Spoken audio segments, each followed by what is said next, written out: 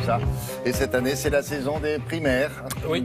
C'est bien commencé, hein? Oui, bonjour William, bonjour à tous. Il n'a effectivement échappé à personne que la campagne avait commencé. Fillon torpille Sarkozy, qui torpille Hollande, qui envoie Valls au front pour torpiller Sarkozy, et ainsi de suite. Nous n'en sommes qu'à l'apéro.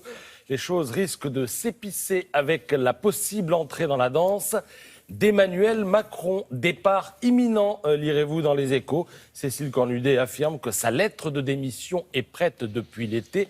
Elle est sur le point d'être rendue publique, lirez-vous dans les Échos. Mais il n'y a pas de démission qui entraînera une lettre de candidature? Pas forcément. Il veut se consacrer à son mouvement, est-il écrit dans les Échos. Alors, il n'y a pas que les politiques qui sont en campagne. Quand on jette un coup d'œil aux unes de la presse ce matin, eh bien, on s'aperçoit qu'un sujet émerge un peu plus que les autres.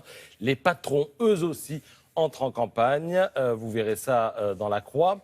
Notamment, c'est effectivement un préambule à l'ouverture de leur université d'été qui a lieu aujourd'hui et demain dans les Yvelines, à Jouy-en-Josas. Pierre Gattaz se pose en faiseur de roi. Les candidats devront expliquer comment ils mettront en œuvre leur programme et avec quel courage, dit-il. Et ce matin, il accorde une interview aux Échos avec un titre qui va faire parler.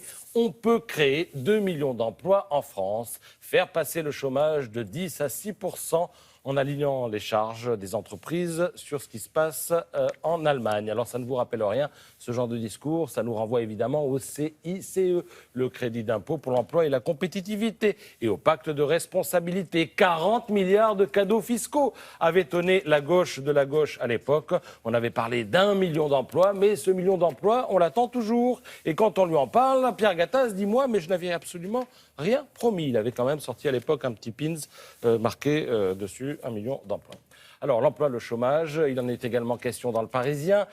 Certains s'en sortent mieux que d'autres, il faut le noter, à Paris, à Provins, à Houdan, à Ussel, à Saint-Flour, à Oloron, Sainte-Marie. Et le chômage a petitement augmenté. Vous verrez la carte dans le Parisien. Mais il faut savoir, William, qu'il existe en France un Eldorado, une région de petites collines vertes et granitiques où il n'y a pas de chômage, ou quasiment pas.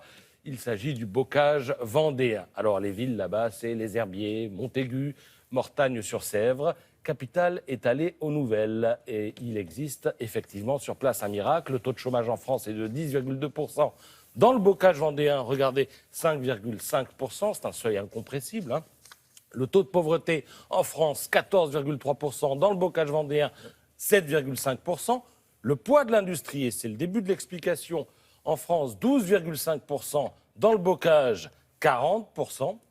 Alors pourquoi? Eh bien, d'abord, c'est une question de mentalité, apprend-on dans le Capital. Le bocage vendéen a été marqué par les guerres contre-révolutionnaires. Il a donc développé une culture de la combativité. Là-bas, on ne compte que sur soi-même et ça oblige à être créatif. La plupart des sociétés là-bas demeurent dans le giron familial. Pas d'actionnaires chinois ou de fonds de pension à régaler. Les patrons n'ont de compte à rendre qu'à eux-mêmes et à leurs salariés. Ils mènent donc des stratégies industrielles à long terme.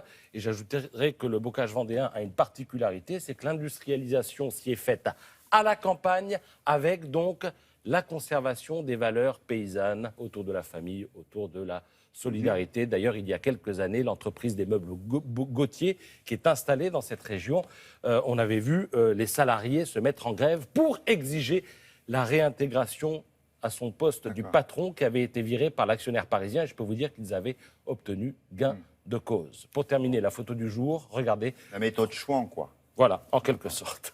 323 rennes foudroyées, ça se passe en Norvège. Vous savez, quand il y a de l'orage, les animaux se regroupent. Eh bien, ceux-là sont regroupés, mais ont été frappés par la foudre. Enfin, le titre du jour, à la une de la Provence, le rêve américain. Frank McCourt, c'est ce monsieur, il est américain. Il se pique de racheter l'OM. La transaction serait sur le point d'être bouclée. Vous savez comment on le surnomme aux États-Unis? Non. Le bandit du baseball. Ça va bien se passer.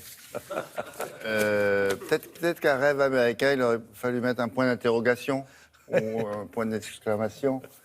À suivre. Merci beaucoup.